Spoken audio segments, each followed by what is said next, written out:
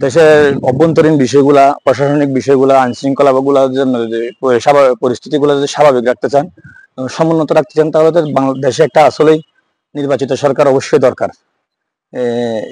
সেদিক দিয়ে আমি মনে করি গুঞ্জন যা উঠতেছে এগুলো আসলে মিথ্যা নয়, তেমন তত একেবারে মিথ্যাও নয়।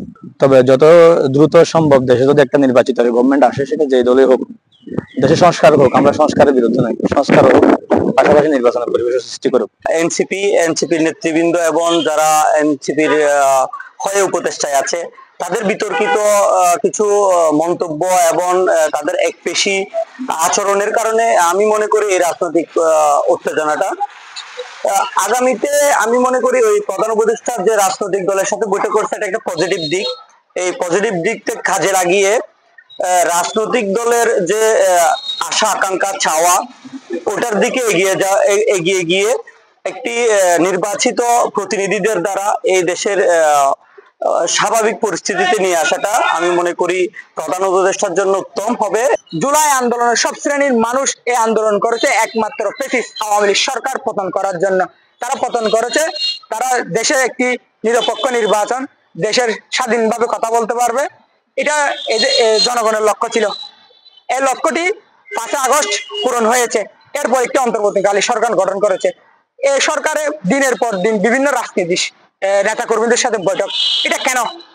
এই বৈঠক না করে যে টাকা অপচয় হচ্ছে, এই বৈঠক গুলা করে, এই টাকা অপচয় না করে একটি সুস্থ নিরপেক্ষ নির্বাচন দিলে কি হয়?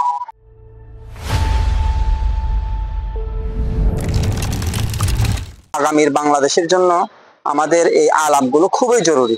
আমরা সবাই জুলাই বিপ্লবে যেমন আমরা কাঁধে কাঁধ মিলিয়ে যেমন আমরা জুলাই বিপ্লবটা করেছি, সামনের দিকে নিয়ে গিয়েছি, স্বৈরাচারকে পতন করছি, ঠিক একইভাবে বাংলাদেশের যত রকম সমস্যা আছে, করিডোর বলেন, আপনার দেশের এবং বিভিন্ন রকমের যে সমস্যাগুলো আছে, এগুলো সমাধানের জন্য সিনিয়ররা, আমাদের যে সিনিয়র নেতৃবৃন্দ আছে, ওনারা আমাদের প্রধান উপদেষ্টা সাহেবের সঙ্গে বৈঠক করেছেন এবং সামনের বাংলাদেশকে আরো সুন্দর করার জন্য এই বৈঠকটা হয়েছে। আমি মনে করি যে সামনের দিনগুলো আমাদের জন্য সুন্দর এবং ভালো কিছু বয়ে নিয়ে আসবে।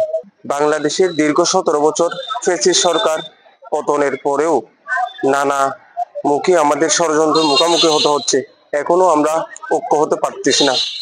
বর্তমান করিডোর বলেন, বন্দর বলেন, সকল কিছুই রাজনৈতিক দলের সাথে প্রধান উপদেষ্টা ডক্টর মোহাম্মদ ইউনূস একত্রিত কোনো সিদ্ধান্ত নিতে পারে না। তাই সকল রাজনৈতিক নেতাদের সাথে বসে সম্মিলিতভাবে সকল কিছু সিদ্ধান্ত নিতে পারে আমি মনে করি।